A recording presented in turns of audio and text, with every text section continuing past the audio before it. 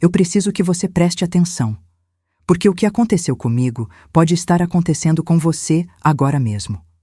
Ou com sua filha, ou com sua irmã, ou com aquela amiga que liga chorando às 11 da noite e diz que tá tudo bem, que é só cansaço, que o marido é bom homem.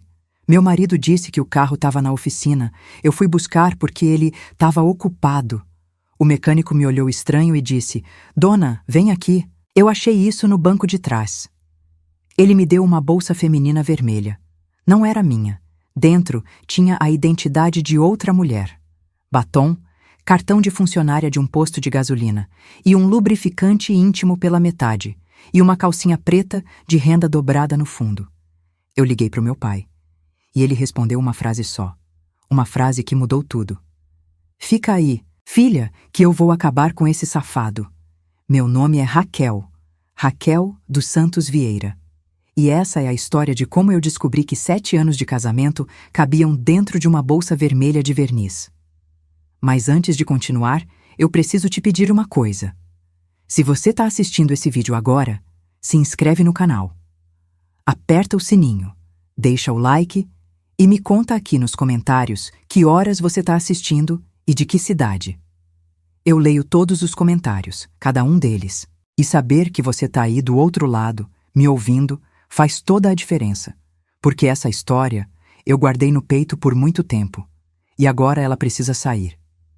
Vamos lá. Eu tenho 30 anos. Nasci em Governador Valadares, Minas Gerais. Fui criada no bairro São Paulo, numa casa simples com quintal de terra batida, varal de arame e uma jabuticabeira que minha mãe plantou em 2010. Minha mãe dizia que jabuticabeira é árvore de mulher paciente, porque demora anos para dar fruto. Mas quando dá tanto que a gente não sabe o que fazer com tanta fartura. Minha mãe era assim, paciente, generosa, silenciosa de um jeito que enchia a casa inteira de presença, mesmo quando ela não falava nada. Dona Rosângela. Minha mãe morreu em 2017, aneurisma cerebral, dormindo. Meu pai acordou do lado dela e ela já estava fria, sem aviso, sem despedida, sem aquele último olhar que a gente vê nos filmes, onde a pessoa segura a mão e diz uma frase bonita antes de ir. Nada. Só o silêncio de um corpo que parou no meio da noite, enquanto o mundo continuava girando. Meu pai nunca mais dormiu do lado direito da cama, o lado dela. Ele dorme no lado esquerdo até hoje. E o lado direito fica vazio, com o travesseiro arrumado, como se ela fosse voltar. Eu sou assistente financeira na construtora Horizonte, no centro de Valadares. Trabalho das 8 da manhã às 5:30 da tarde. Meu salário é R$ 3.600 por mês. Eu passo o dia fazendo conta. Contas a pagar, contas a receber, planilha de custo, fluxo de caixa, conciliação bancária. Eu sou boa com números, sempre fui. Desde criança, quando minha mãe me mandava conferir o troco do supermercado, eu conferia centavo por centavo. Nunca errei. Mas durante 7 anos de casamento, eu não consegui fazer a conta mais simples da minha vida. Um marido, mais uma amante, igual a zero respeito. A matemática estava na minha cara, e eu não vi, até o dia que um mecânico me mostrou o resultado debaixo do banco do carro. Eu sou miúda, 1,58 m, cabelo crespo curto, cortado no estilo Bob em 2023. Eu chamei de minha fase de recomeço na época. Cheguei no salão da Thalita, minha irmã mais nova, e disse: corta tudo. Eu quero começar de novo. A Thalita cortou. Olhou para mim no espelho. Ficou linda, mana. Eu sorri. Achei que aquele corte era o recomeço, sem saber que o recomeço de verdade, o de verdade mesmo, ainda estava por vir. Eu tenho pele morena, mãos pequenas, unha sempre cortada rente, sem esmalte, porque eu roo quando fico ansiosa. E tenho um hábito que ninguém percebe por fora. Quando eu seguro o choro, eu mordo a parte de dentro da bochecha. Desde os 8 anos. Por fora, meu rosto fica imóvel. Ninguém vê nada. Mas por dentro, a bochecha é toda marcada. Toda. Cicatriz em cima de cicatriz. A cartografia de todas as vezes que eu engoli a dor para não incomodar ninguém. Eu não tinha carro. Ia para o trabalho de ônibus. Linha 801, São Paulo/Centro, 42 minutos de ida, 42 de volta. Todo dia. Eu conhecia cada buraco daquele trajeto, cada lombada, cada ponto onde o ônibus freava bruscamente e eu segurava a bolsa com mais força. 84 minutos por dia dentro de um ônibus lotado. 420 minutos por semana. Quase 7 horas por semana. 364 horas por ano. Só de ônibus. Eu fiz a conta, porque eu faço conta de tudo. Menos das mentiras do meu marido. Essas eu nunca contei. Eu conheci o Wendell em 2016, na barraca de pastel da Feira Livre de Valadares. Sábado de manhã. O sol já estava alto, aquele sol de Minas que parece que alguém abriu o forno e esqueceu de fechar. O cheiro de óleo quente misturado com caldo de cana. O barulho das pessoas gritando preço. Tomate a R$2? Banana madurinha, minha senhora. Eu tava com a Thalita. A gente sempre ia na feira no sábado. Desde que a mamãe morreu, virou nosso ritual. Acordo cedo, trança que vai trançar e feira.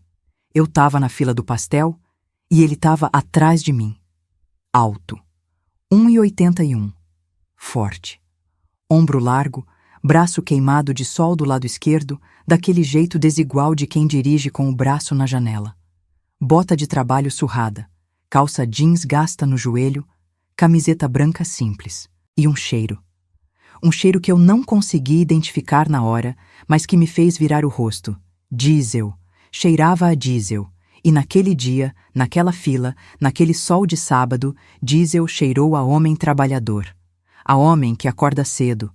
A homem que pega no pesado. A homem que sustenta. Depois eu descobri que diesel é só cheiro de diesel. E que homem trabalhador não é a mesma coisa que homem honesto. Ele puxou conversa com aquela naturalidade de quem faz isso sempre, com aquele sorriso de canto de boca, com aquela confiança que eu confundi com segurança. Moça, esse pastel de carne é bom? A voz era grave, rouca, o tipo de voz que faz a gente prestar atenção mesmo sem querer. Eu virei, olhei para ele e senti o rosto esquentar. É, mas o de queijo é melhor. Respondi tentando parecer indiferente, como se homens daquele tamanho falassem comigo todo dia na fila do pastel. Ele abriu um sorriso. Largo, dentes brancos. Aquele sorriso que depois eu descobri que ele usava para convencer todo mundo.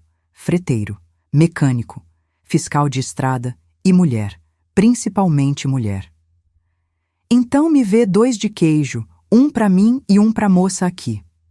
A Thalita, do meu lado, levantou a sobrancelha. Aquela sobrancelha que dizia tudo sem abrir a boca. Me cutucou com o cotovelo.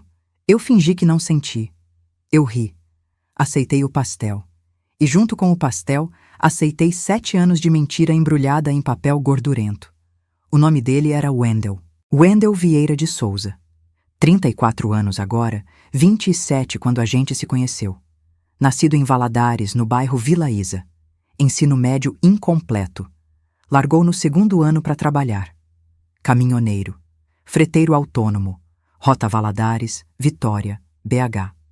O caminhão era um Mercedes-Benz 710, branco, 2016, que estava no nome do pai dele, já falecido. E o carro pessoal era uma Chevrolet S10 preta, 2019. O Wendell era o tipo de homem que ocupa espaço. Não só pelo tamanho, pela presença, pela voz, pela forma como entrava num lugar e fazia todo mundo olhar. Forte. Pança de cerveja que ele não escondia e não se importava. Barba de 4 dias permanente, daquelas que nunca cresciam nem faziam, só ficavam ali. Cabelo raspado. Chinelo Rider em casa. Bota no trabalho. E uma tatuagem no braço direito que dizia Força e Honra em letras góticas que ele fez num estúdio de fundo de quintal em Ipatinga. Força e honra. Ele não tinha nenhuma das duas, mas isso eu só fui descobrir 7 anos, um filho e uma bolsa vermelha depois. O Wendell amava aquele caminhão, o Mercedes 710. Falava dele como quem fala de filho ou de namorada. Hoje eu dei banho nela. Ela tá precisando trocar o pneu. Ela roda que é uma beleza na serra. Ela. O caminhão era mulher. Tinha nome. Tinha pronome. Tinha cuidado. Tinha carinho. Tinha atenção. E eu? Eu era a mecânica da casa, que cozinhava, lavava, passava, pagava conta, cuidava de filho e não recebia nem revisão. Quando eu apresentei o Wendell para o meu pai, eu sabia que ia ser difícil. Meu pai é Euclides dos Santos. Seu Clides. 57 anos. Nascido em Resplendor, Minas Gerais. Veio para Valadares aos 16.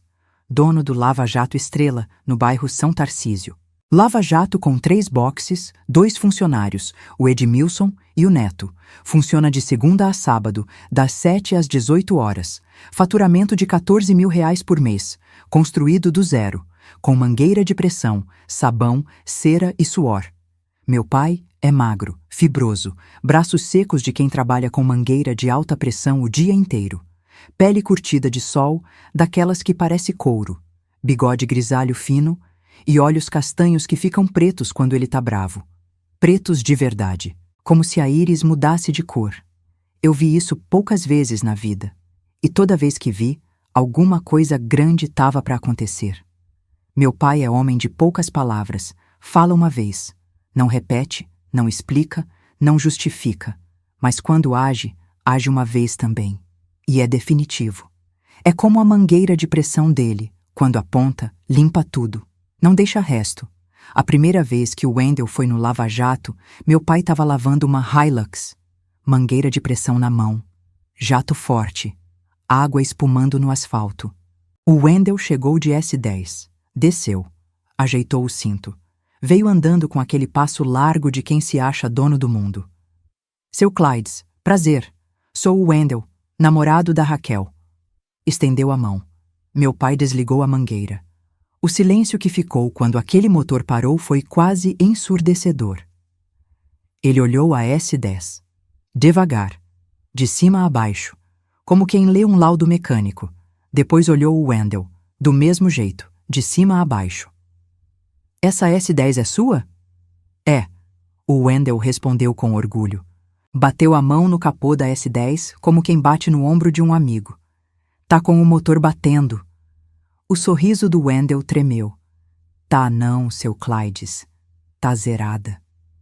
Meu pai inclinou a cabeça. O bigode mexeu de um jeito que eu conhecia. Era o jeito que mexia antes dele dizer algo que ninguém queria ouvir. Tá batendo, eu ouço daqui. Ele fez uma pausa longa, calculada. E eu ouço outra coisa batendo também. O Wendell franziu a testa. O quê? A mentira. Esse carro não é zerado. E você não é honesto. O ar pareceu sair do pátio inteiro. O Edmilson, que estava secando um Corolla ali perto, parou com um pano no ar. O Wendell ficou sem reação. A mão que estava no capô desceu devagar. O sorriso morreu. E ele ficou ali, de pé, de bota, de camiseta apertada, parecendo menor do que era. Meu pai ligou a mangueira de novo. O jato de água voltou a espumar. Conversa encerrada. Naquela noite, em casa, meu pai me chamou na cozinha.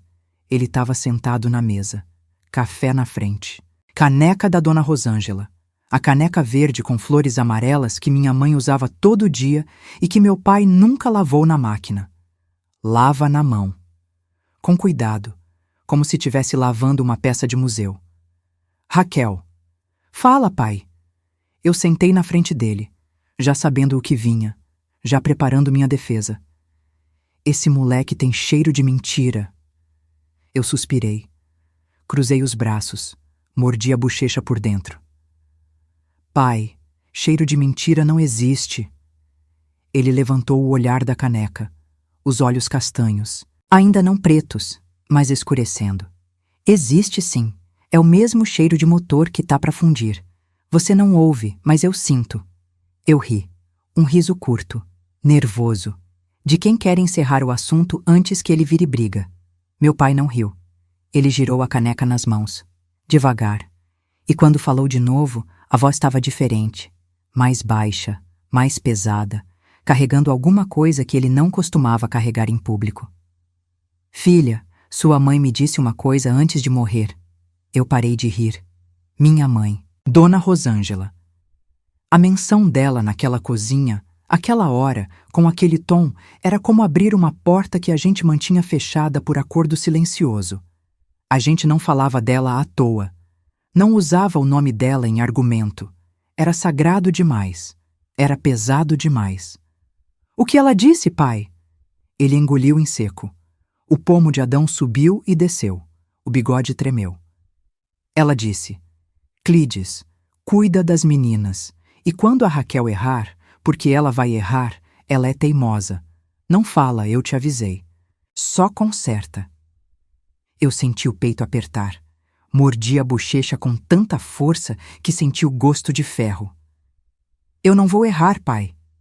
Ele me olhou, com aqueles olhos que conheciam cada pedaço de mim desde o dia que eu nasci, que me viram dar o primeiro passo, que me viram chorar no primeiro dia de escola, que me viram pegar o diploma de técnica em contabilidade no Senac, que me viram vestir branco no cartório, olhos que sabiam mais do que diziam. Sempre. Vai sim, mas eu vou estar aqui. A gente casou em 2017, no cartório, sem festa. O Wendell não queria gastar. Pra que festa, amor? A gente faz um churrasco, chama a família, pronto. Eu queria festa, queria vestido, queria bolo de 3 andares, queria jogar buquê, queria dançar valsa com meu pai. Mas eu engoli, mordi a bochecha e concordei, porque era mais fácil concordar do que brigar, e porque eu achava que ceder era a mesma coisa que amar. Não é. Ceder é ceder, e amar é outra coisa completamente diferente. Meu pai fez o churrasco, no Lava Jato, fechou num domingo, colocou mesas e cadeiras entre os boxes de lavagem. Churrasqueira improvisada com tambor de óleo cortado ao meio. 30 pessoas. Cerveja em caixa de isopor. Música no rádio da oficina. Guaraná em garrafa de 2 litros. Bolo simples que a Thalita fez. Brigadeiro que a vizinha trouxe. Meu pai pagou tudo. Wendell não pagou nada. Mês que vem eu acerto, seu Clydes. Wendell disse, apertando a mão do meu pai na saída. Aquele aperto firme de quem quer parecer confiável. Meu pai apertou de volta. Olhou nos olhos dele. Não disse nada. Só apertou e soltou. Mês que vem nunca chegou. O Wendell nunca acertou. Meu pai nunca cobrou. Mas meu pai nunca esqueceu. Nicholas nasceu em 2019. 3 quilos e 400 gramas. Parto normal.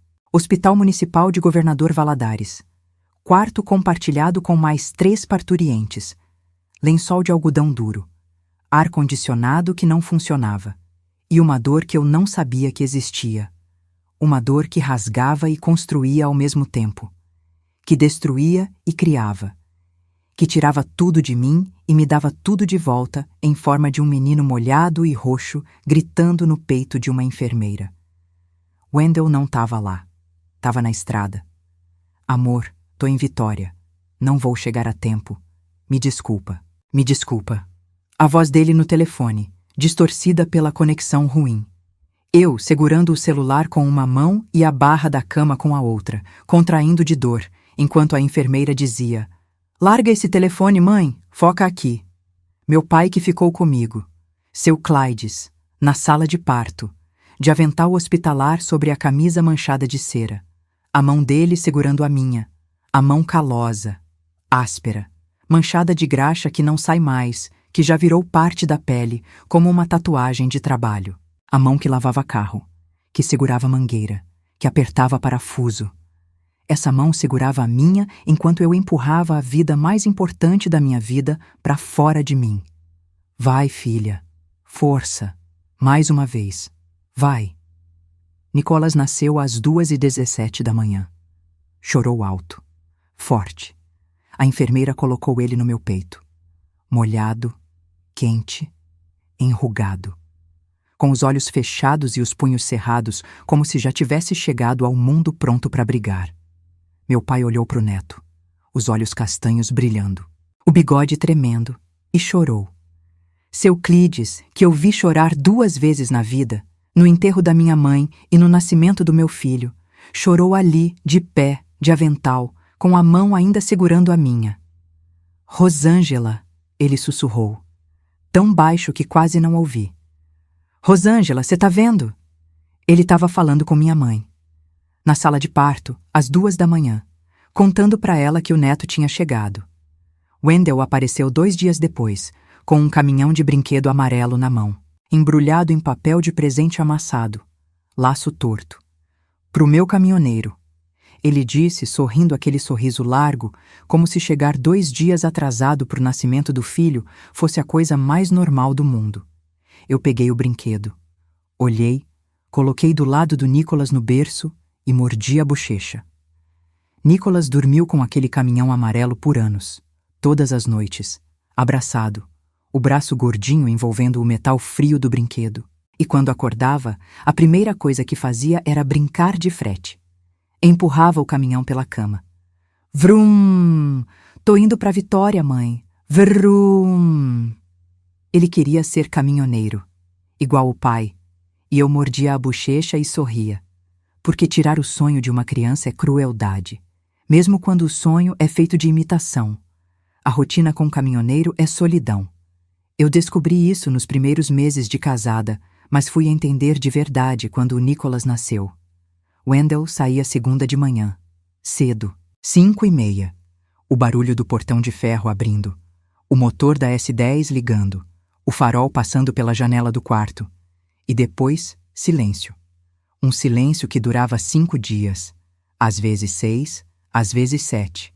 Ele voltava sexta à noite, às vezes sábado de manhã, às vezes domingo. Amor, o frete atrasou. Amor, choveu na serra, tô parado. Amor, o caminhão quebrou em Ipatinga, tô esperando peça.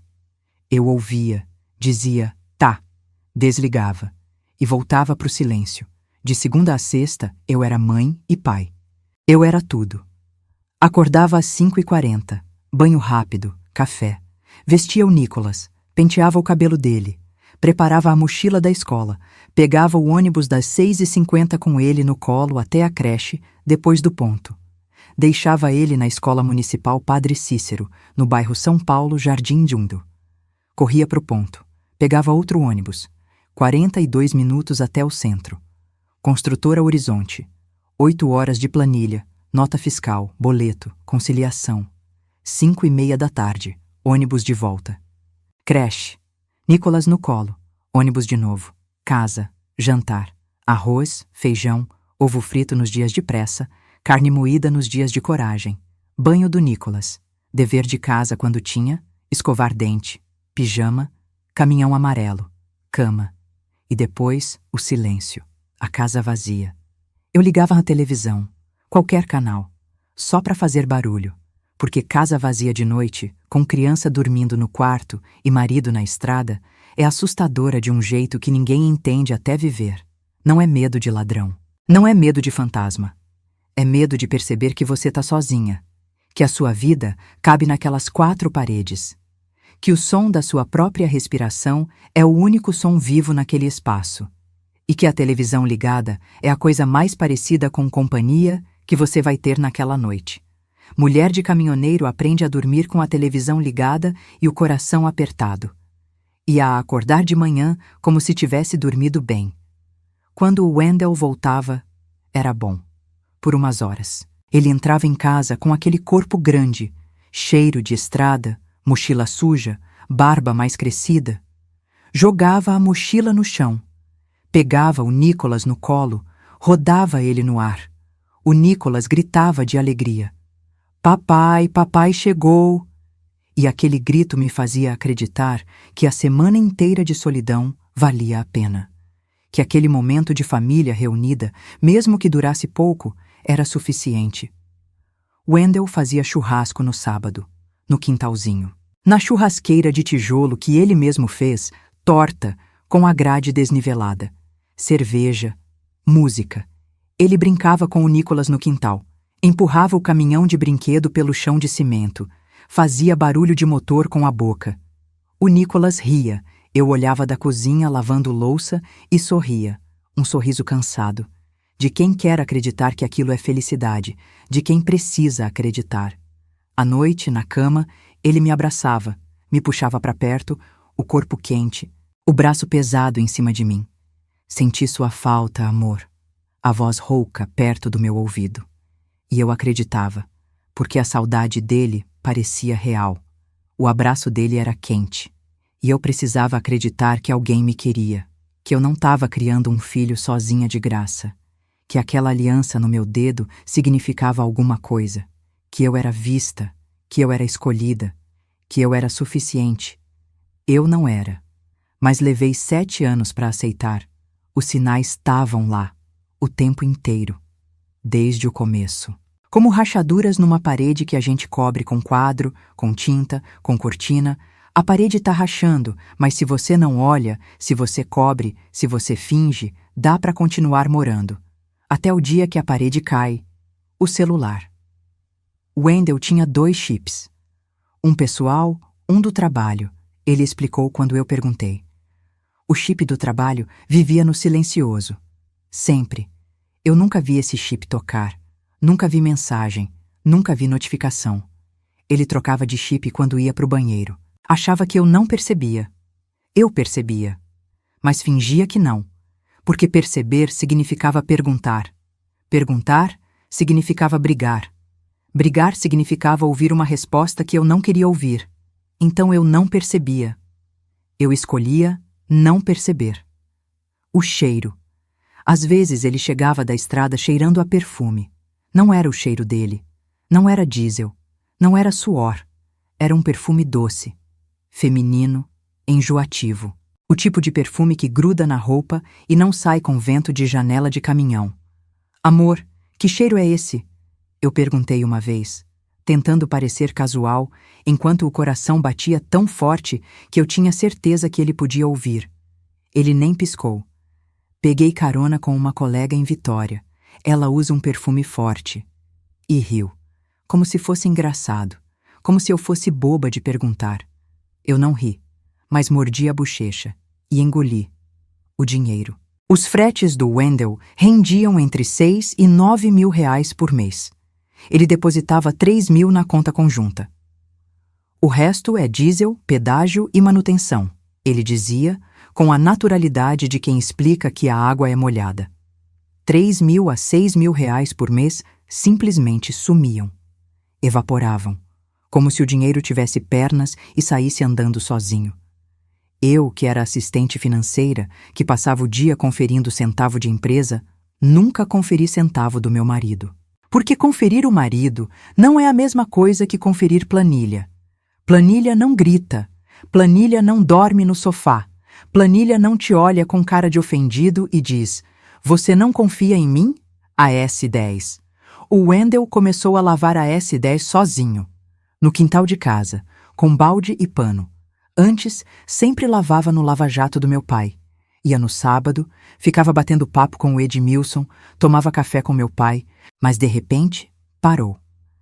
"Não quero incomodar o seu Cleides", ele disse quando eu perguntei. Ele não queria meu pai perto do carro, porque meu pai olhava carro como quem lê livro, via coisas que os outros não viam, sentia coisas que os outros não sentiam. E o carro do Wendell estava com capítulos que não podiam ser lidos. Eu vi todos esses sinais, cada um deles, o celular, o perfume, o dinheiro, o carro. Eu vi, e mordi a bochecha, e engoli. Porque quando você é mãe solo de segunda a sexta e esposa só no fim de semana, você não tem energia para investigar, você não tem energia para confrontar, você não tem energia para desmontar a mentira e lidar com a verdade que vem de baixo. Você tem energia para sobreviver, para levantar, para vestir o menino, para pegar o ônibus, para bater ponto, para fazer planilha, para voltar, para cozinhar, para colocar para dormir, para ligar a televisão e fingir que não está sozinha. Sobreviver já era o bastante, e sobreviver não deixa espaço para a verdade. Terça-feira, 19 de novembro de 2024. O dia que tudo mudou. 7h12 da manhã. Eu estava na cozinha, passando café, ainda de pijama, o Nicolas comendo pão com manteiga na mesa, a mochila da escola pendurada na cadeira. O celular tocou. Wendell. "Amor, a S10 está na oficina." Do Serginho. Problema no câmbio. Tô sem carro. Vou de caminhão pro frete. Tá. Eu desliguei o fogo do café. Quando fica pronta? Hoje à tarde, mas eu não vou poder ir buscar. Tô em Ipatinga. A voz dele era normal, tranquila, como sempre, nenhuma nota de preocupação, nenhuma hesitação. A voz de quem mente com tanta frequência que a mentira já virou sotaque. Você pega pra mim? Tá. A chave tá com o Serginho. Tá. Desliguei. Servi o café. Tomei em pé, como sempre. Vesti o Nicolas, saí de casa. Ônibus, creche, ônibus, trabalho. 8 horas de planilha. Cada número no lugar. Cada centavo conferido. A vida dos outros organizada nos meus dedos, enquanto a minha desmoronava sem eu saber. 5:30 da tarde. Saí do trabalho.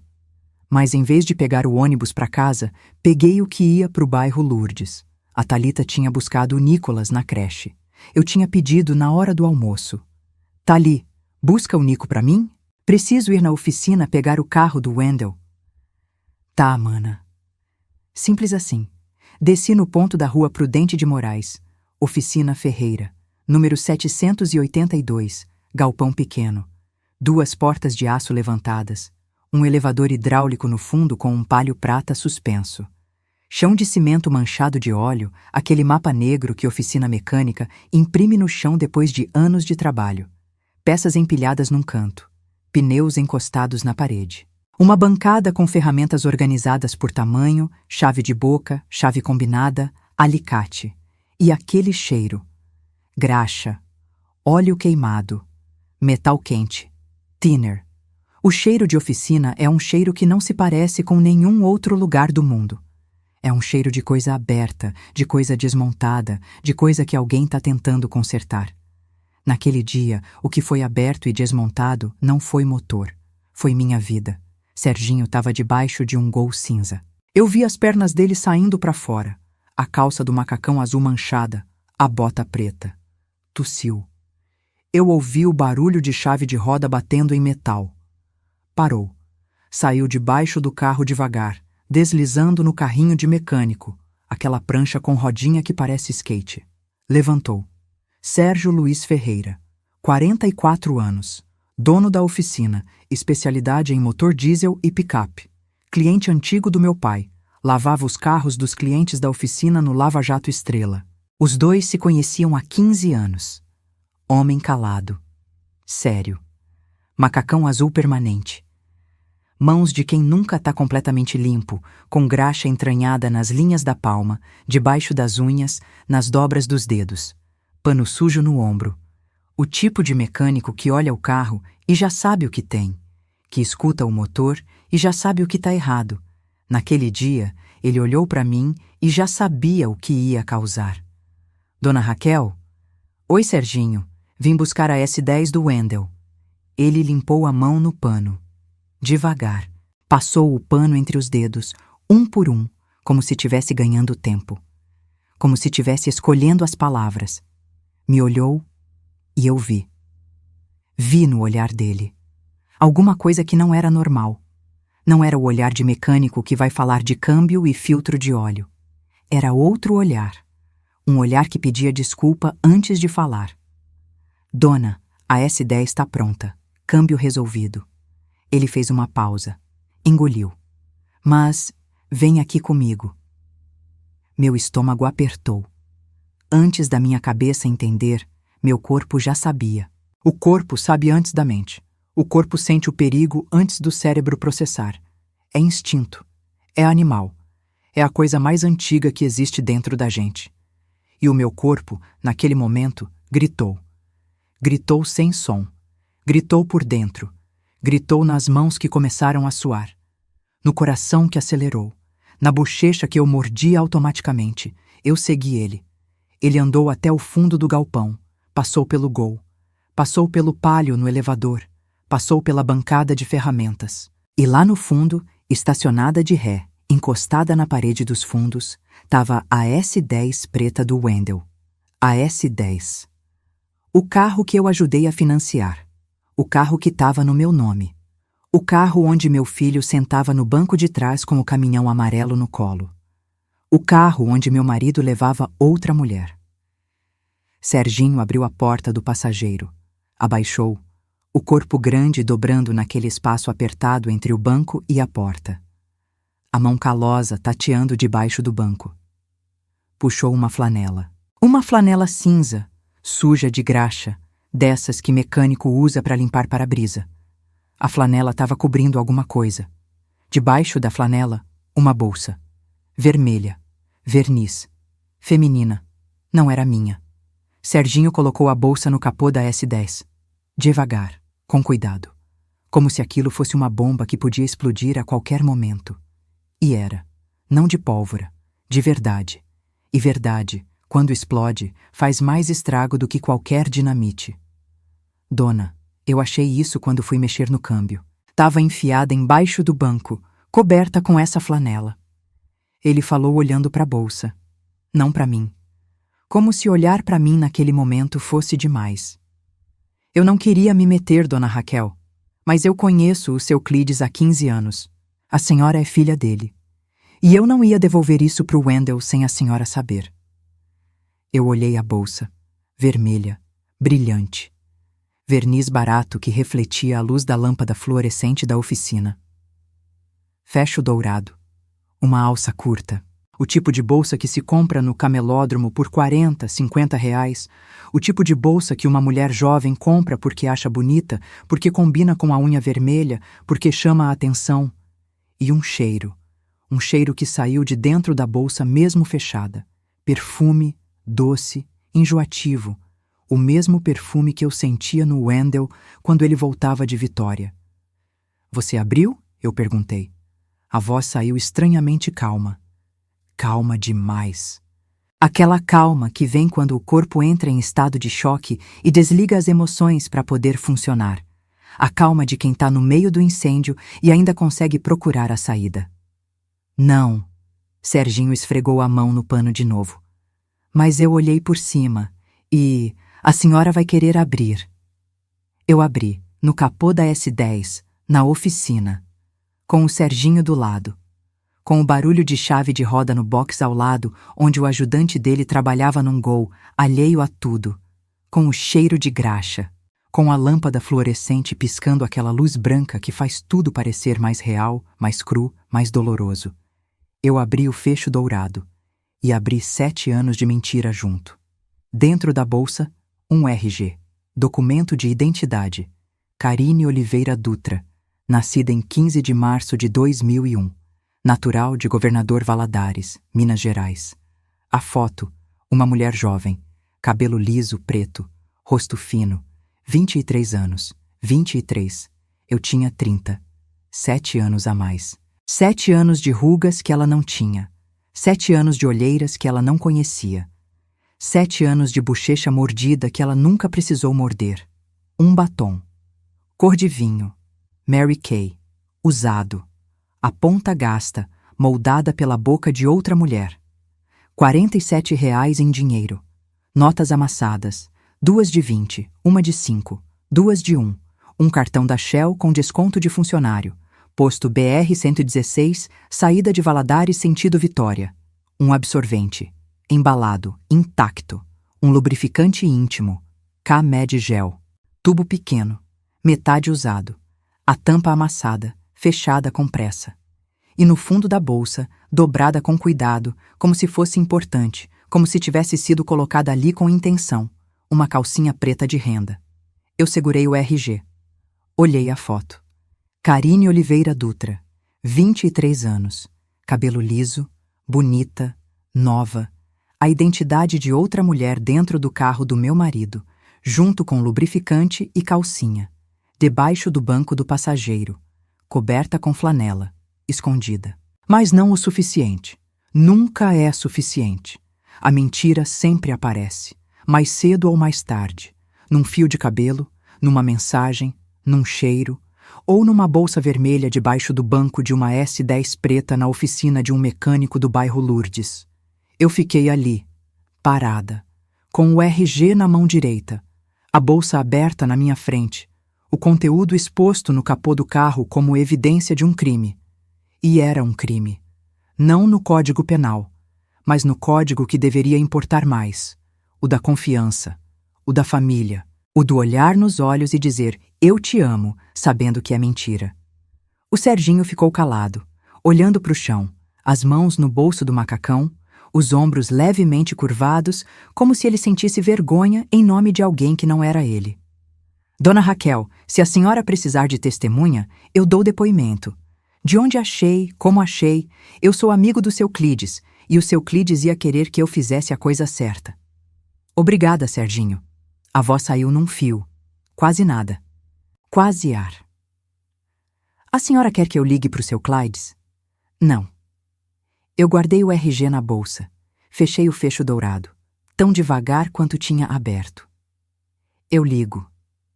Eu sentei no banco do motorista da S10, no mesmo banco onde o Wendell sentava, no mesmo volante que as mãos dele seguravam, no mesmo espaço onde ele dirigia escutando música, cantando junto, com a janela aberta e o braço para fora, indo e voltando da vida que ele tinha comigo para a vida que ele tinha com ela. No mesmo carro onde o RG da Karine, o lubrificante e a calcinha ficavam guardados a 50 centímetros das minhas pernas toda vez que eu andava de carona. A 50 centímetros do meu filho. Eu podia ter achado essa bolsa a qualquer momento. Num freio brusco. Num objeto que caísse no chão. Um brinquedo do Nicholas que rolasse para debaixo do banco. Bastava abaixar e olhar. Só isso. Abaixar e olhar. Mas eu nunca olhei. Porque a gente não olha debaixo do banco quando confia. A gente olha para frente. Pro para-brisa. Pra estrada. Achando que o motorista sabe o caminho. Achando que o motorista é honesto. Achando que o motorista só tem uma passageira. Eu peguei o celular, a mão tremendo, o rosto quente, a bochecha mordida com tanta força que eu sentia a carne inchada por dentro. Procurei o contato do meu pai. Apertei. 2 toques. Filha. A voz dele, grave, firme, imediata. Meu pai sempre atendia no segundo toque. Sempre. Como se o celular vivesse na mão dele esperando eu ligar. Pai. Silêncio breve. Ele ouviu. Ouviu tudo naquela única palavra. No tom, na respiração, no tremor. Meu pai lia a voz como lia motor. Não precisava de muita informação. Fala. O carro do Wendell estava na oficina do Serginho. Eu vim buscar. O Serginho achou uma bolsa feminina debaixo do banco. Eu engoli. A saliva desceu como lixa. Com identidade de outra mulher. Lubrificante. Calcinha. Silêncio. 3 segundos. 3 segundos que pareceram 3 horas. Eu ouvi meu pai respirar. Uma respiração longa, profunda, pesada. O tipo de respiração que eu conhecia. A respiração que vinha antes do olho ficar preto. A respiração que vinha antes da tempestade. A respiração de quando ele desligou a mangueira de pressão na primeira vez que o Wendell apareceu no Lava Jato, 7 anos antes, e disse que o moleque tinha cheiro de mentira. E disse uma frase só. Fica aí, filha, que eu vou acabar com esse safado. Desligou, sem perguntar detalhes, sem pedir explicação, sem dizer, tem certeza? Ou, calma, vamos conversar. Nada disso. Uma frase, uma instrução. E desligou, porque meu pai era assim, falava uma vez, agia uma vez. E era definitivo. Eu fiquei no banco da S10, com o celular na mão, com a tela apagada refletindo meu rosto, e meu rosto refletindo 7 anos. 7 anos de pastel na feira. 7 anos de ônibus.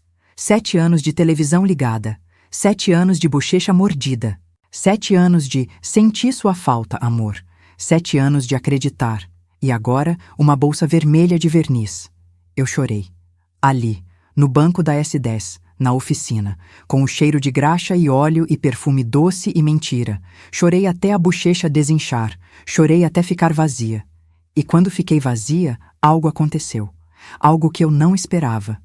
No lugar da dor, no espaço que o choro abriu dentro de mim, nasceu outra coisa. Raiva. Uma raiva limpa, fria, exata. Raiva de número, de conta. De quem sabe que 1 mais 1 é 2, e não aceita que digam que é 3. E naquela raiva, eu soube. Acabou. O que meu pai fez nas 4 horas seguintes, eu reconstruí depois. Pedaço por pedaço. Pelo que ele me contou. Pelo que o Edmilson me contou. Pelo que a Thalita me contou. E pelo que o próprio Wendell admitiu depois, no tribunal, quando não tinha mais mentira que coubesse na boca dele. 5h48 da tarde. Seu Clydes fechou o lava-jato, no meio da tarde, com 3 carros na fila de espera. Edmilson, fecha tudo. Eu vou sair. O Edmilson largou o pano de secagem. Olhou para o patrão. 9 anos trabalhando junto. 9 anos vendo seu Clydes abrir às 7 da manhã e fechar às 6 da tarde. Todo dia. Sem exceção. Chuva, sol, feriado. O Edmilson nunca, em 9 anos, viu seu Clydes fechar no meio da tarde. Agora seu Clydes tem 3 carros na fila. Cancela, devolve o dinheiro. Eu tenho uma coisa para resolver. Meu pai já estava tirando o avental. Já estava pegando a chave da Ranger. Já estava andando para o portão. Tudo bem, patrão? A voz do Edmilson era de quem pergunta, sabendo que a resposta não vai ser boa. Meu pai parou. Virou. Olhou para o Edmilson com aqueles olhos que já tinham começado a escurecer. Não, mas vai ficar. 5h55. Meu pai ligou para Thalita, direto, sem rodeio. Filha, vai na casa da sua irmã. Pega o Nicholas, leva para sua casa. Agora. A Thalita, do outro lado da linha, deve ter sentido o mesmo que eu senti no telefone minutos antes. A temperatura da voz do meu pai, a densidade, o peso. Pai, o que? Agora, Thalita. Tá. A Thalita não perguntou mais nada, porque na família do seu Clydes, quando o pai falava naquele tom, não se perguntava, se obedecia. E se entendia depois. 6h10 da tarde. Meu pai passou na oficina do Serginho. Entrou. Eu ainda estava lá, sentada na S10, com a bolsa no colo, olhando o RG da Karine pela 10ª, 20ª vez. Como se olhar de novo fosse mudar o que estava escrito. Como se o nome fosse sumir. A foto fosse desaparecer. A data de nascimento fosse avançar. Mas não mudava. Karine Oliveira Dutra. 2001. 23 anos. Cada vez que eu olhava, era a mesma coisa. A mesma verdade imóvel.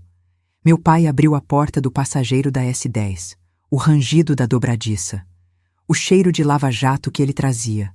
Cera, sabão, água limpa. Sentou do meu lado. Na mesma S10. No mesmo banco onde a bolsa da Karine ficava guardada. Os dois lado a lado. Eu com a bolsa vermelha no colo, ele com as mãos nos joelhos, o bigode grisalho, os olhos já pretos. Ele não me abraçou. Não disse, calma. Não disse, vai ficar tudo bem. Meu pai não era dessas coisas. Meu pai era de ação, de concreto, de mangueira de pressão e chave de boca. Ele olhou a bolsa, estendeu a mão. Eu entreguei. Ele abriu, sem pressa. Com a mesma calma metódica que usava para inspecionar um motor. Pegou o RG, leu. Karine Oliveira Dutra, 2001, 23 anos. A voz dele era plana, sem emoção visível. Mas eu conhecia aquela voz. Era a voz de antes da explosão. A calmaria. Silêncio. Pegou o cartão da Shell. Posto da BR-116. Saída para Vitória. Olhou o lubrificante. Não pegou. Olhou a calcinha. Não pegou. Como se tocar naquilo fosse se contaminar com alguma coisa que não tinha cura. Colocou o RG de volta na bolsa. Fechou o fecho. E falou com a voz de quem já tem tudo decidido. Filha, essa bolsa vai ficar com o Serginho. Trancada no cofre da oficina. Ninguém toca. Pai, o que você vai fazer? Ele me olhou, de lado. Os olhos pretos, completamente pretos. A íris que sumiu. E eu vi no rosto dele algo que eu raramente via. Certeza absoluta. A certeza de um homem que já montou o plano na cabeça enquanto dirigia do lava-jato até a oficina. Que já calculou cada passo, cada ligação, cada movimento. Eu vou fazer o que sua mãe pediu, consertar. Ele desceu da S10. Foi até o Serginho. Os dois se olharam. Dois homens que se conheciam há 15 anos, que não precisavam de muitas palavras. Serginho tranca a bolsa no cofre. Ninguém mexe. Se o Wendell ligar perguntando do carro, você diz que está pronto e que a esposa dele já buscou. Feito, Clydes. E se ele perguntar de bolsa, de objeto, de qualquer coisa esquecida no carro? Não sei de nada. Isso. Meu pai saiu. Na Ranger azul. O motor da Ranger tinha um ronco grave que eu conhecia desde criança. O ronco de quando meu pai ia resolver alguma coisa. E naquela noite, aquele ronco cruzou o governador Valadares como um trovão silencioso. Meu pai não foi atrás do Wendell. Não foi no posto da BR-116 procurar a Karine. Não ligou pro Wendell xingando. Não postou nada em rede social. Não fez escândalo. Não gritou. Não chorou. Não quebrou nada. Meu pai era dono de lava-jato. Ele lavava carro. Ele tirava sujeira. Sujeira de barro, de poeira, de estrada. E quando a sujeira era grande demais para a mangueira normal, ele usava a máquina de pressão. Aquela que joga água a 150 bar. Que tira tinta. Que descasca a parede. Que limpa o que parece impossível de limpar. O plano dele era a máquina de pressão. 6:30 da tarde. Primeira ligação. Dr. Osvaldo Pinheiro. OAB Minas Gerais, número 156.743. Advogado. Vizinho do meu pai há 20 anos. Morava 3 casas acima, na mesma rua. Lavava o carro no Lava Jato Estrela todo sábado. De graça. Porque meu pai nunca cobrou dele. 20 anos sem cobrar uma lavagem. Vizinho é vizinho, Osvaldo. Guarda a carteira. E o Dr. Osvaldo guardava, e guardava também a gratidão que meu pai sabia que um dia ia precisar. Osvaldo, eu preciso de você. Amanhã cedo. Fala, Clydes. A voz do advogado era calma, profissional. Mas a ligação fora de hora, o tom do seu Clydes, tudo indicava que aquilo não era sobre carro. Divórcio da minha filha, com culpa. Tenho prova. Que tipo de prova? Bolsa de mulher com RG, calcinha e lubrificante no banco de trás do carro dele, encontrada pelo mecânico durante manutenção do veículo. Veículo no nome da minha filha. Silêncio breve.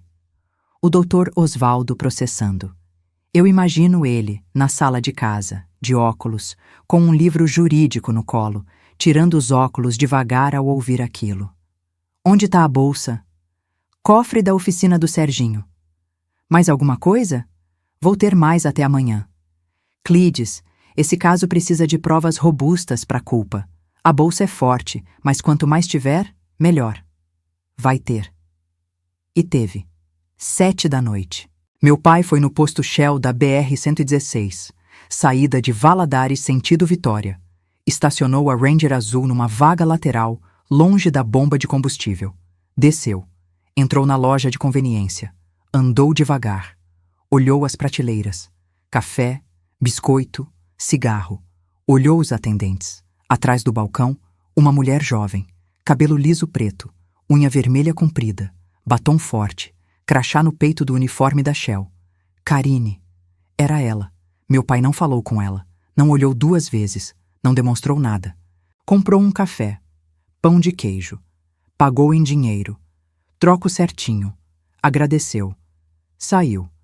Mas antes de sair, passou pelo corredor que levava ao banheiro. No mural de avisos, ao lado do extintor de incêndio e do quadro de horários, estava a escala de funcionários. Karine Oliveira Dutra, segunda a sexta, 14 horas às 22 horas. Meu pai anotou no celular. Saiu.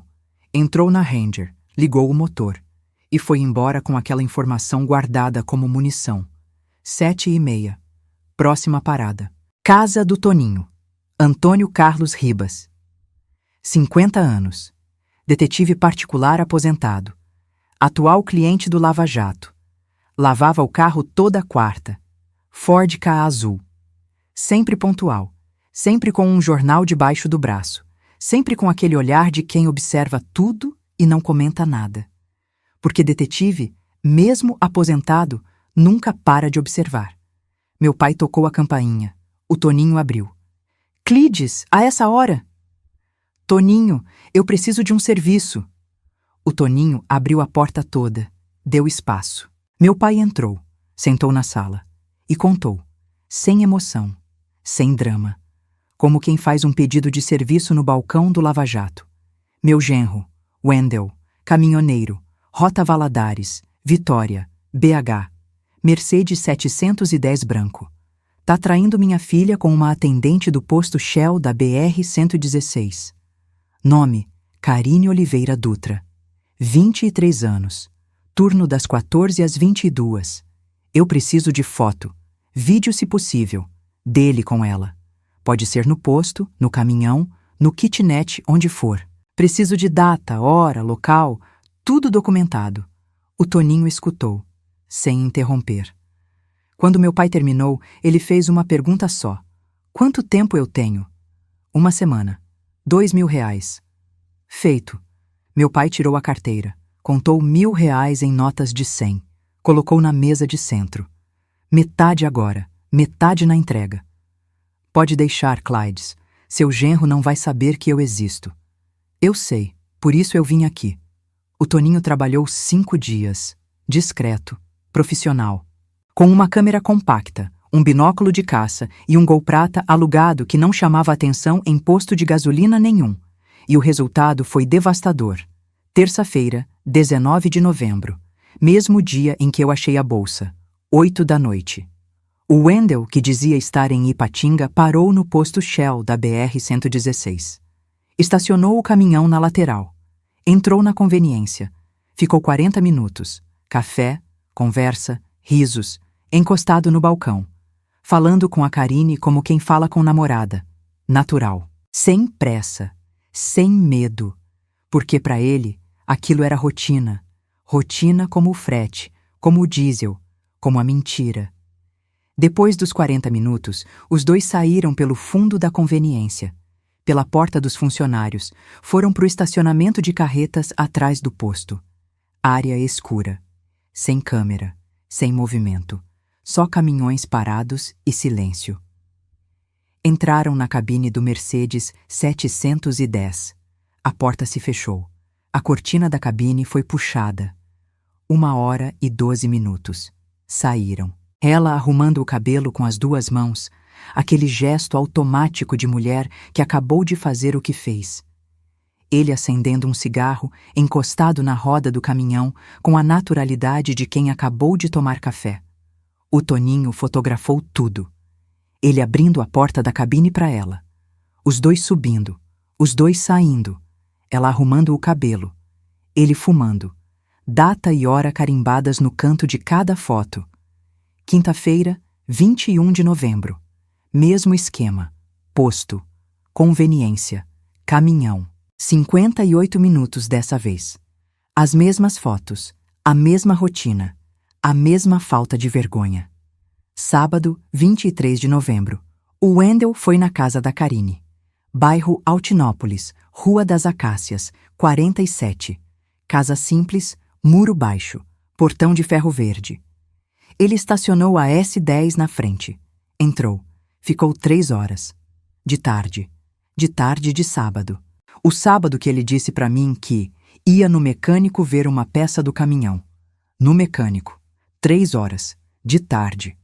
O Toninho fotografou ele entrando na casa. Fotografou ele saindo. E fotografou a Karine na janela, de calcinha, acenando para ele enquanto ele ligava a S10.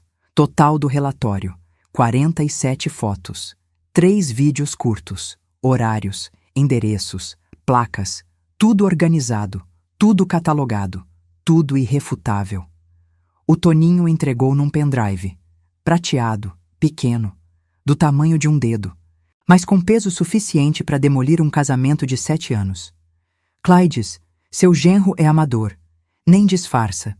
Estaciona a S10 na frente da casa da mulher. Entra pela porta principal. Sai pela porta principal.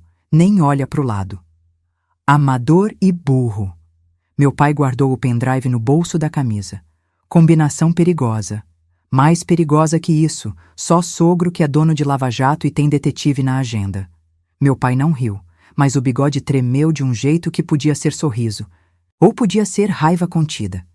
Com seu Euclides, nunca se sabia ao certo. Enquanto o Toninho trabalhava nos 5 dias de investigação, meu pai fez outra coisa, em paralelo, porque seu Euclides não fazia uma coisa de cada vez, ele fazia tudo ao mesmo tempo, como no Lava Jato, enquanto um carro enxaguava, outro ensaboava, outro secava. Eficiência, método, sem desperdício de tempo. Ligou para o Donizete Almeida, corretor de imóveis, cliente do Lava Jato. Lavava o carro toda segunda. Corolla prata, sempre com aquele cheiro de carro novo que corretor passa para impressionar cliente. Donizete, eu preciso de uma casa. 2 quartos, bairro São Paulo ou perto. Aluguel até R$ 1.200. Tenho uma na Rua das Palmeiras. 2 quartos, sala, cozinha, quintal. 1.100. Tá vazia. Pronta para entrar. Fecha. No nome da minha filha, Raquel dos Santos Vieira. Quando? Agora. Meu pai pagou 3 meses de aluguel adiantado. R$ 3.300. Do dinheiro dele. Do Lava Jato. De carro lavado. R$ 35 a lavagem simples. R$ 3.300 equivaliam a 94 carros lavados. 94 carros ensaboados, enxaguados, secos, encerados, aspirados, perfumados. 94 clientes atendidos.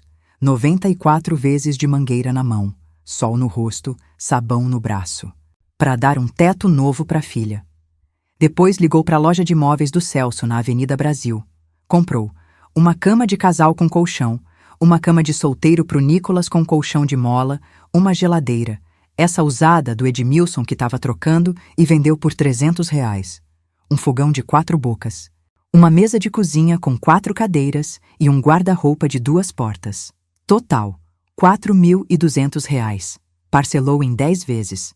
Quando eu soube disso, quando a Thalita me contou, quando eu vi a casa, quando eu vi os móveis, eu liguei pro meu pai.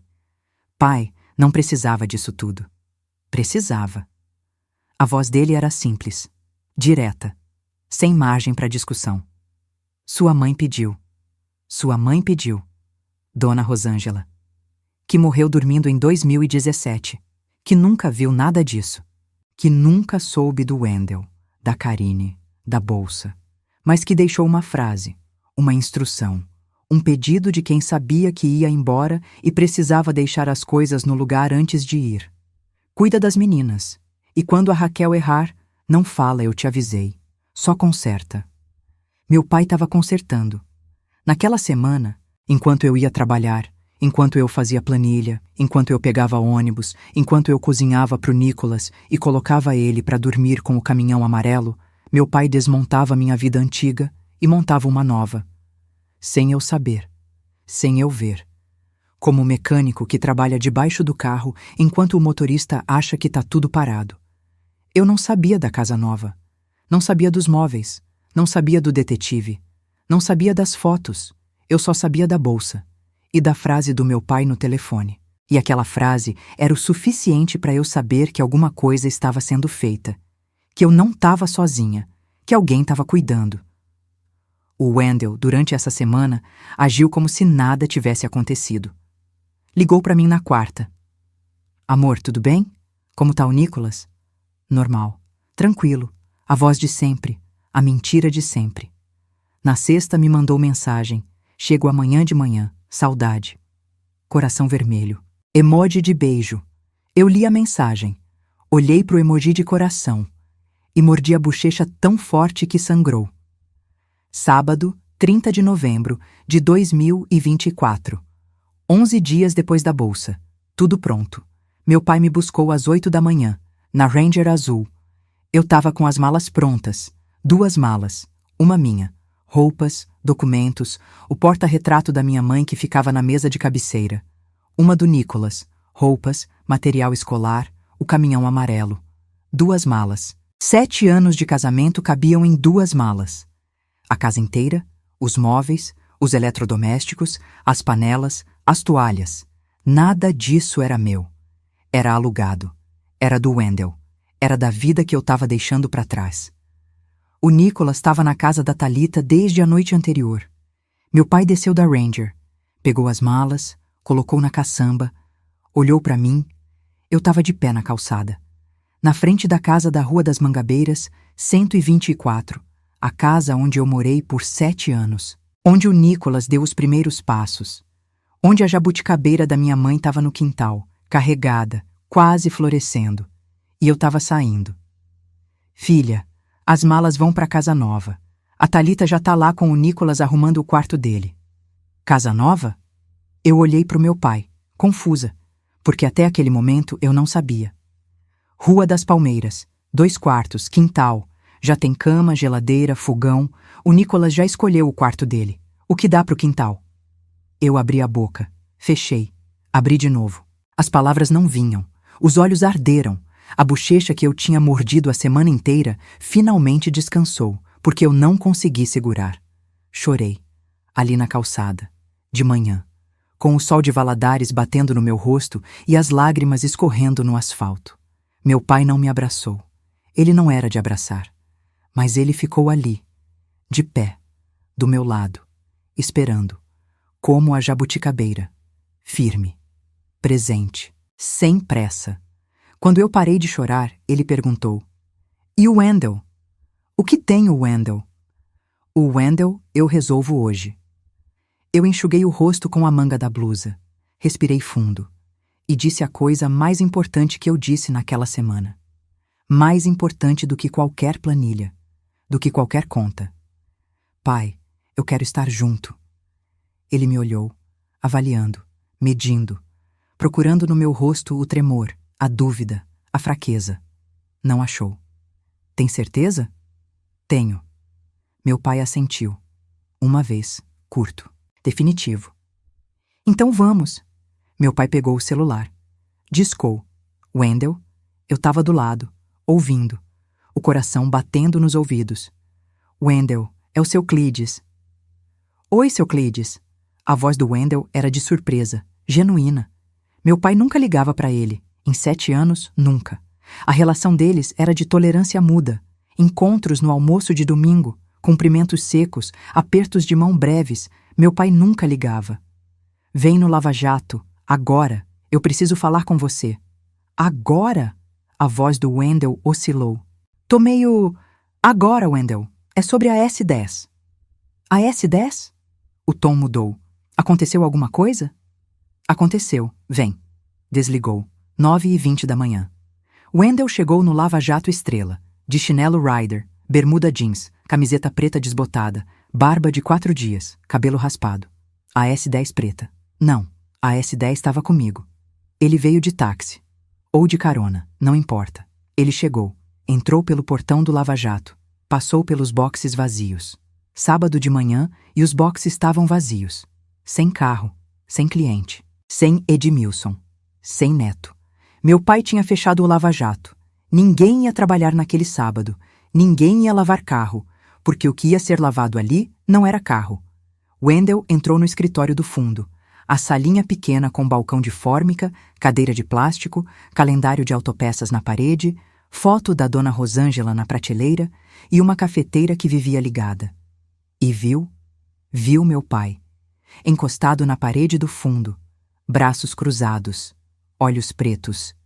Viu a mim, sentada na cadeira do lado do balcão, olhando para ele, sem chorar, sem morder a bochecha, sem desviar o olhar. Viu o Dr. Osvaldo Pinheiro, de camisa social azul clara, calça social, sapato, pasta de couro marrom na mão, o advogado. A presença de um advogado num lava-jato às 9h30 da manhã de sábado não é normal. E o Wendell sabia disso. E viu a bolsa vermelha de verniz, em cima do balcão de fórmica, aberta, com o conteúdo exposto, RG da Carine, batom, dinheiro, cartão da Shell, lubrificante, calcinha, tudo ali, aberto, exposto, como as vísceras de um animal aberto no meio de uma mesa. O rosto do Wendell desmoronou. Eu vi acontecer em tempo real, vi a cor sumir, vi os olhos arregalarem, vi a boca abrir, e vi o exato momento em que ele entendeu. Não precisou de explicação. Não precisou de introdução. A bolsa dizia tudo. A bolsa gritava. A bolsa era a prova, o julgamento e a sentença. Tudo junto, tudo ali, em cima de um balcão de lava-jato entre uma cafeteira e uma foto da minha mãe. E nenhum som saiu da boca dele. Meu pai estava encostado na parede, imóvel. Os braços cruzados tão apertados que os músculos secos dos antebraços marcavam sob a pele curtida. O bigode grisalho não tremia. Os olhos, pretos, completamente pretos, fitavam o Wendell do jeito que um mecânico fita um motor condenado. Sem raiva aparente, sem pressa, com a certeza fria de quem já sabe o diagnóstico. Senta, moleque! Wendell não sentou. Ficou de pé, os olhos grudados na bolsa, as mãos nos bolsos da bermuda, depois fora, depois nos bolsos de novo, inquieto. O corpo grande que sempre ocupava espaço parecendo menor, encolhido, como cachorro pego no flagra. Seu Clydes, isso... Senta! A palavra cortou o ar como chave de boca batendo em metal. Wendell sentou. Na cadeira de plástico. Aquela cadeira branca de bar que range com qualquer peso. Rangeu sob ele. E o rangido pareceu a coisa mais alta daquele escritório. Meu pai desencostou da parede. Devagar. Colocou as mãos nos bolsos da calça. Andou 2 passos na direção do Wendell. E parou. Ficou de pé na frente dele, olhando de cima para baixo. O mesmo olhar de 7 anos atrás. O mesmo olhar da primeira vez. Mas agora, carregando 7 anos de razão silenciada. Wendell, 7 anos atrás, quando você veio aqui pela primeira vez, eu disse que você tinha cheiro de mentira. Você lembra? Wendell engoliu. O pomo de Adão subiu e desceu. Não respondeu. Minha filha não acreditou. Casou com você. Teve um filho com você. Trabalhou, pagou conta, cuidou de casa, criou o Nicholas sozinha de segunda a sexta enquanto você fazia frete. Meu pai fez aspas no ar, com os dedos calejados, aspas de mecânico, aspas de quem sabe que a palavra frete significava outra coisa completamente diferente. E eu fiquei calado. 7 anos calado. Porque minha mulher pediu para eu não me meter, para deixar a Raquel aprender sozinha. Silêncio. O doutor Osvaldo, encostado no balcão, com a pasta apoiada, observava. Profissional, neutro. Mas eu vi um músculo no maxilar dele se contrair. Mas minha mulher nunca pediu para eu deixar minha filha ser humilhada. Meu pai pegou a bolsa, abriu, com as mesmas mãos que abriam capô de carro, com a mesma precisão. Tirou o RG. Segurou entre o polegar e o indicador. Virou para que o Wendell visse a foto. Karine Oliveira Dutra, 23 anos, atendente do posto Shell da BR-116, turno das 14 horas às 22 horas. Wendell ficou branco, literalmente. O sangue desceu do rosto. A pele bronzeada de sol ficou cinza. As mãos que estavam nos joelhos começaram a tremer. Um tremor fino, quase invisível. Mas eu vi. Meu pai colocou o RG na mesa, tirou o lubrificante, colocou ao lado. Tirou a calcinha, colocou ao lado. Os 3 objetos alinhados no balcão de fórmica como peças de evidência num tribunal. E era exatamente isso que eram. Isso estava debaixo do banco do passageiro da S10 da minha filha, no carro que minha filha anda, no carro onde meu neto senta. Meu pai repetiu. Meu neto. E nessa palavra, nesse meu neto, a voz dele tremeu. Pela primeira vez. Uma rachadura mínima na fortaleza. Porque meu pai podia aguentar muita coisa. Podia aguentar o desrespeito ao genro. Podia aguentar a traição contra a filha. Mas a imagem do Nicholas, sentado no banco de trás da S10, a 50 centímetros de uma bolsa com calcinha e lubrificante de outra mulher, era demais. Até para seu Clydes. Silêncio. 3 segundos. E tem mais. Meu pai colocou o pendrive na mesa. Prateado, pequeno, ao lado do RG, do lubrificante e da calcinha. O pendrive parecia insignificante, minúsculo. Mas o que tinha dentro era uma bomba nuclear. 47 fotos, 3 vídeos. Você e a Karine. No caminhão, na casa dela, no posto. Terça, quinta e sábado. Desde pelo menos 8 meses atrás. Wendell olhou para o pendrive. E eu vi nos olhos dele. Vi com uma clareza que doía. O momento exato em que ele percebeu que não tinha saída. Que não tinha mentira grande o suficiente. Que não tinha desculpa possível. Que não tinha amor eu posso explicar. O pendrive era o fim da linha. O último ponto da rota. O destino final.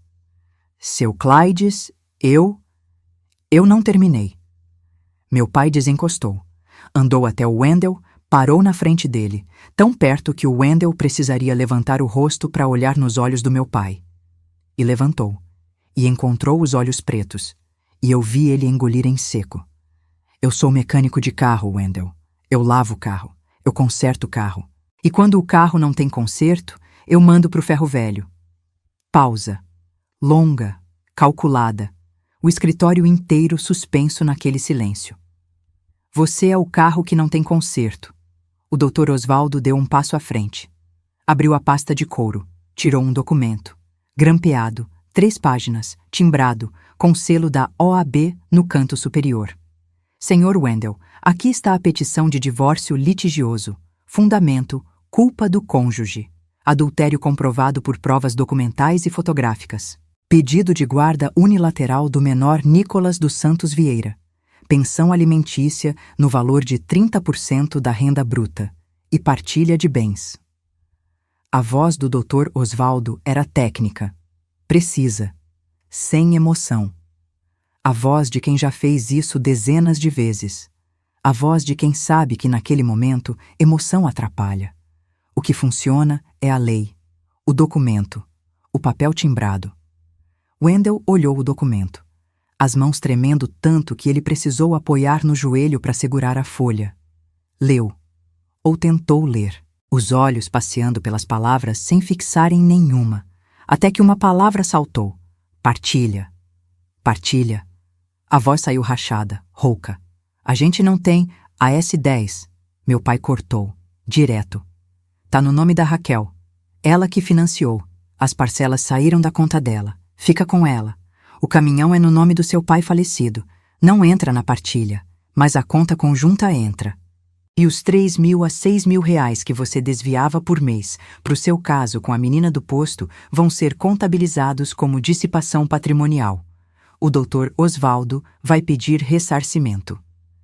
Cada palavra do meu pai era uma chave de boca apertando um parafuso, firme, no ponto certo, sem desperdício de força, sem drama, só pressão, constante, implacável.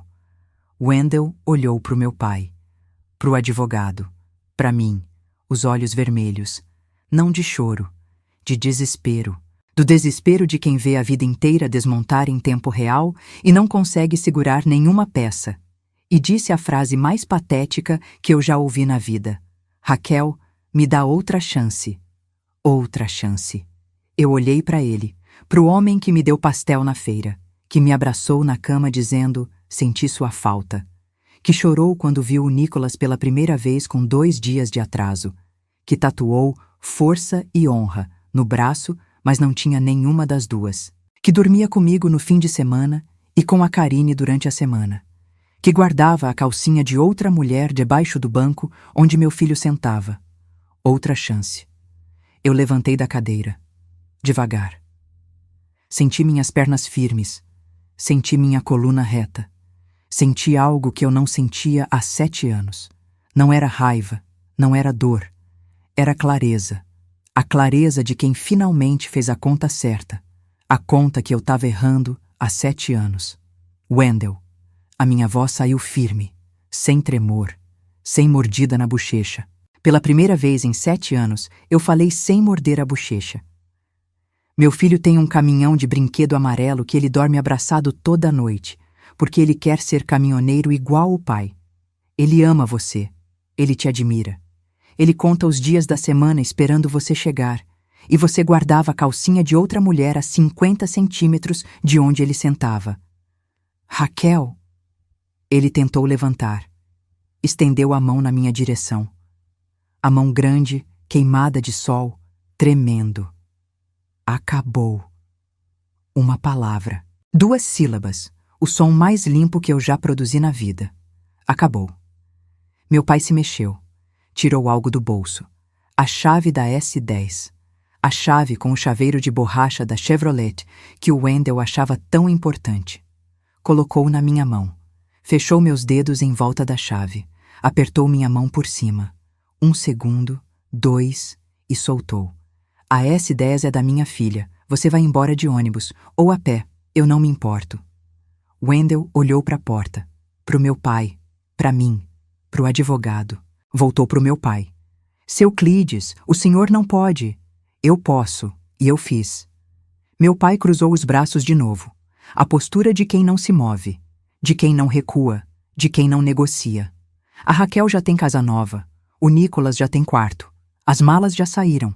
Você vai voltar para sua casa e vai encontrar ela vazia. Porque eu passei a semana inteira tirando a vida da minha filha de dentro daquela casa enquanto você estava no caminhão com a menina do posto. Wendell ficou parado, processando. Eu vi os olhos dele se moverem rápido, de um lado para o outro, calculando, somando, subtraindo. A matemática que ele nunca foi bom. Agora era ele fazendo conta. Casa vazia, esposa saiu, filho saiu, S10 tomada, provas na mesa, advogado com petição, sogro com olhos pretos. Resultado, 0.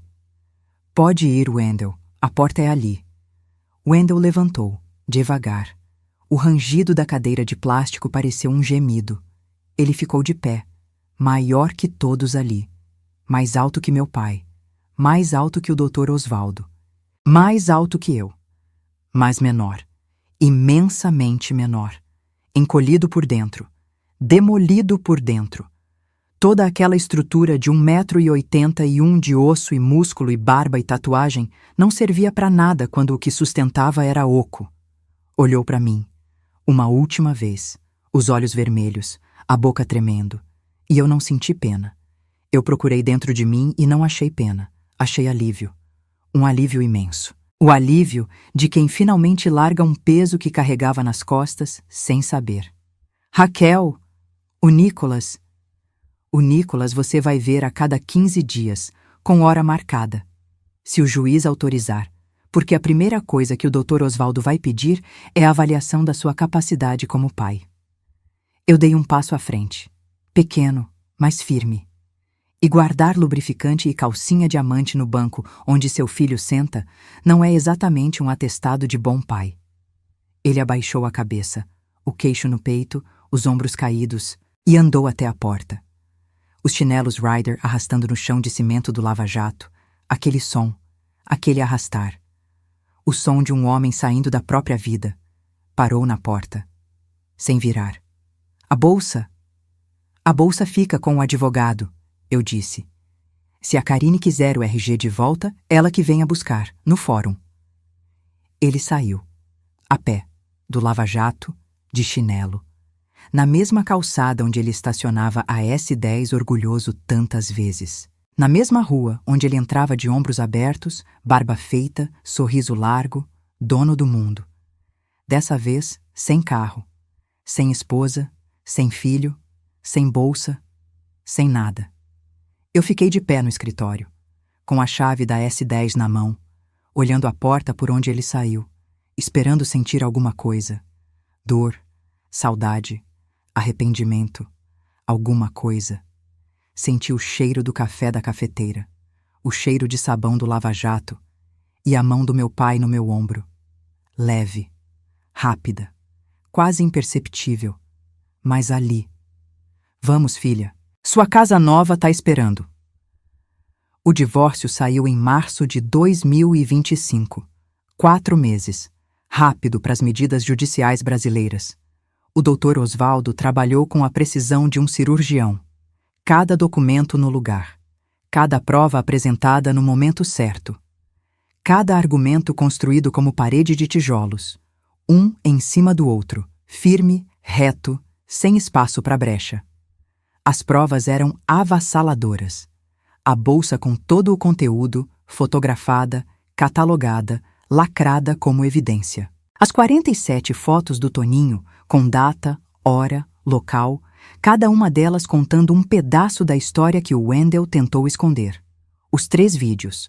O depoimento do Serginho, detalhando onde e como encontrou a bolsa em veículo registrado no nome da autora, durante manutenção mecânica legítima. O depoimento da Sandrinha, vizinha da Rua das Mangabeiras, que meu pai pediu para testemunhar, ela via o Wendel saindo cedo nos sábados para frete e voltando à tarde com roupas diferentes. O advogado do Wendel era um rapaz de Ipatinga, recém-formado, barato, R$ 1.500 pelo caso, e tentou a única estratégia que lhe restava, invasão de privacidade. Alegou que as provas foram obtidas ilegalmente, que a bolsa foi mexida sem autorização, que as fotos do detetive constituíam perseguição. O Dr. Osvaldo demoliu cada argumento com a tranquilidade de quem tira manchas de motor com solvente. A bolsa foi encontrada por terceiro em veículo financiado pela autora, registrado no nome da autora durante manutenção mecânica legítima do veículo. Não houve invasão de domicílio, não houve quebra de correspondência, não houve acesso indevido a dispositivo eletrônico. Houve achado de objeto em propriedade da autora. A investigação particular subsequente foi conduzida em espaços públicos e registrada por profissional habilitado. Não há ilegalidade. O juiz concordou. Sentença: guarda do Nicolas. Unilateral para Raquel dos Santos Vieira. Wendel com direito à visitação quinzenal, com horários definidos. Pensão alimentícia, R$ 1.800 por mês. S10 ficou com Raquel. Veículo financiado e registrado no nome dela. Ressarcimento por dissipação patrimonial. O juiz determinou que Wendel restituísse R$ 42.000, referentes a valores desviados da conta conjunta ao longo do relacionamento, a ser pago em 24 parcelas mensais. Wendel saiu do tribunal com o caminhão Mercedes 710, branco, 2016. No nome do pai falecido, só, sem a S10, sem a casa, sem a esposa, sem o filho no dia a dia. Com uma dívida de R$ 42.000 e uma pensão de R$ 1.800 por mês. E a Karine? A Karine soube de tudo pelo Wendel. No mesmo dia do confronto no Lava Jato, ele deve ter ligado para ela, desesperado, contando, pedindo ajuda. Eu não sei o que ele disse, não sei como contou, mas sei o que ela respondeu. Porque o mundo é pequeno e Valadares é menor, e a Thalita cortava o cabelo de uma prima da Karine e as histórias circulam. A Karine terminou com ele no mesmo dia. Você disse que era separado. A frase que toda amante diz quando descobre que não era a escolhida, que era a escondida, que era a que ficava debaixo do banco, coberta com flanela, junto com a calcinha e o lubrificante. A mentira que todo traidor conta. Sou separado, só não divorciei ainda. A desculpa mais velha do mundo. Mais velha que o caminhão Mercedes 710. Mais velha que a BR-116. Mais velha que a traição. Hoje é 2025. Eu moro na casa da Rua das Palmeiras. A casa que meu pai alugou. A casa que meu pai mobilou. A casa que meu pai construiu para mim, não com tijolo e cimento, mas com lavagem de carro. 94 carros lavados viraram 3 meses de aluguel, mas 400 lavagens parceladas viraram os móveis. Meu pai construiu minha casa nova com água, sabão e suor. 2 quartos, sala, cozinha e um quintal onde eu plantei uma jabuticabeira, porque minha mãe plantou uma na casa antiga. E jabuticabeira é herança de mulher forte, de mulher que espera, de mulher que demora para dar fruto, mas quando dá tanto que a gente não sabe o que fazer com tanta fartura. A minha jabuticabeira é pequenininha ainda. 1 palmo de tronco, 4 folhas. Parece frágil, mas a raiz já tá firme, já tá segurando, já tá se preparando para crescer. Igual a mim. Nicolas tem 6 anos agora, 1º ano do ensino fundamental. Escola Municipal Padre Cícero. Ele ainda dorme com o caminhão amarelo. Toda noite. O braço em volta do brinquedo, a boca entreaberta, o cabelo caindo no rosto, e de manhã, a primeira coisa. Vrum, Tô indo pra Vitória, mãe. Ele ainda quer ser caminhoneiro. Eu não tiro o sonho dele, porque o sonho é dele, não do pai. O sonho não veio do Wendell. Veio do Nicholas. Veio daqueles olhos brilhantes que se acendem quando um caminhão passa na rua. Veio daquela alegria pura, inocente, que não tem nada a ver com traição, mentira, bolsa vermelha. O sonho do Nicholas é limpo, e eu vou proteger esse sonho com tudo que eu tenho. O Wendell vê o Nicholas a cada 15 dias. Busca no sábado de manhã, devolve no domingo à noite. O Nicholas volta contente. Conta o que fez, o que comeu, onde foi, e eu escuto. Sorrio. Não falo mal do pai. Nunca. Porque o Nicholas não tem culpa. E criança não é campo de batalha. A S10 preta eu dirijo todo dia. Pro trabalho. Nada mais de ônibus. Nada mais de 42 minutos de ida e 42 de volta. Agora são 15 minutos de carro. Com ar-condicionado. Com música no rádio. Com o Nicholas no banco de trás, cantando junto, o caminhão amarelo no colo. O mesmo banco de trás onde uma bolsa vermelha ficou escondida por meses. Mas agora, debaixo daquele banco, tem um guarda-chuva do Nicholas, um pacote de biscoito aberto e um par de chinelo velho que ele insiste em deixar lá. Coisas de criança, coisas limpas, coisas que não precisam de flanela para cobrir. Todo sábado, eu levo a S10 no lava-jato do meu pai. O lava-jato Estrela. Ele lava pessoalmente. Não deixa o Edmilson nem o neto tocarem. Ele mesmo. Mangueira de pressão. Sabão. Enxague. Cera. Secagem. Aspiração. Perfumização. A S10 sai de lá brilhando como nova. Pai, não precisa lavar toda semana. Precisa sim. Carro de filha minha brilha. E brilha. Meu pai instalou uma plaquinha nova no lava-jato. Pequena, de metal, parafusada na parede atrás do balcão do escritório, perto da foto da dona Rosângela, perto da cafeteira, no lugar onde a bolsa vermelha ficou exposta naquele sábado de novembro. A placa diz: na minha família, homem que não presta vai pro ferro velho. O Edmilson ri toda vez que lê. 9 anos trabalhando com seu Clydes e ele ainda acha graça. Os clientes perguntam: o que é isso, seu Clydes? História boa? Meu pai não explica, não conta, só sorri. Aquele sorriso torto dele, sorriso de quem sabe o que fez, de quem carrega a história inteira dentro e não precisa dividir com ninguém. De quem faria de novo. Tudo, cada ligação, cada R$1.000, cada carro lavado. De novo e de novo e de novo. A Thalita me cortou o cabelo de novo semana passada. No salão. Sentei na cadeira. Ela colocou a capa, pegou a tesoura. Como vai ser, mana? Igual, Bob, curto. Sua fase de recomeço. Ela sorriu. Minha fase de verdade. Eu corrigi. Ela cortou. Em silêncio. A tesoura fazendo aquele barulho seco de quem sabe o que faz. Fios caindo no chão. E quando terminou, eu olhei no espelho e não vi a mesma mulher que cortou o cabelo em 2023. Aquela mulher estava fugindo de alguma coisa sem saber. Estava mudando por fora o que não conseguia mudar por dentro. Estava chamando de recomeço o que era só um corte de cabelo. A mulher que eu vi agora no espelho não estava fugindo. Estava de pé, firme, com as raízes no lugar. Minha mãe morreu sem ver nada disso. Dona Rosângela, aneurisma, dormindo, sem aviso, sem despedida. Ela não viu a bolsa vermelha, não viu o confronto no lava-jato, não viu a placa na parede, não viu a casa nova, não viu a jabuticabeira que eu plantei. Mas ela viu o que importava, ela viu quem meu pai era e sabia o que ele ia fazer. Por isso deixou a frase: Clydes, cuida das meninas, e quando a Raquel errar, porque ela vai errar, ela é teimosa. Não fala, eu te avisei, só conserta. Meu pai não falou, eu te avisei, nenhuma vez. Em 7 anos. 7 anos calado. 7 anos assistindo. 7 anos segurando a mangueira de pressão desligada, esperando o momento certo para ligar. E quando o momento chegou, ele ligou. E limpou tudo.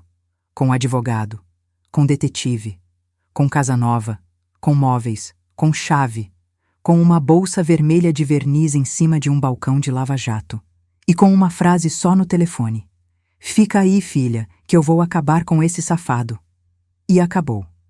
Eu sou Raquel dos Santos Vieira, tenho 30 anos, sou assistente financeira, sou mãe do Nicolas, sou filha do seu Euclides, sou irmã da Thalita, sou dona de uma S10 preta que brilha todo sábado, sou dona de uma casa com jabuticabeira no quintal, sou dona da minha vida.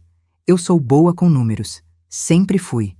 Mas o número mais importante da minha vida não estava na planilha, não estava no fluxo de caixa, não estava na conciliação bancária, estava debaixo do banco do carro. Uma bolsa, um RG, um lubrificante, uma calcinha. E 7 anos de mentira. O mecânico achou, o pai consertou, e o ferro velho levou o que não prestava. Se você chegou até aqui, eu quero te agradecer. De coração. Obrigada por ouvir minha história. Obrigada por ficar comigo até o final. Obrigada por cada minuto que você dedicou a essa mulher que um dia mordeu a bochecha por dentro para não chorar e hoje fala de peito aberto para quem quiser ouvir. Agora eu te peço, se essa história te tocou, se em algum momento você se viu nela, ou viu sua mãe, ou sua filha, ou sua amiga, se inscreve no canal. Aperta o botão de curtir e me conta nos comentários que horas você está assistindo e de que cidade. Eu leio cada comentário, cada um, porque cada comentário é uma mulher me dizendo: eu te ouvi. E ser ouvida, depois de tantos anos em silêncio, é a coisa mais poderosa que existe. Tem história nova todo dia aqui no canal. E se você conhece alguém que precisa ouvir isso, compartilha. Porque nenhuma mulher deveria ficar sozinha mordendo a bochecha por dentro. Nenhuma.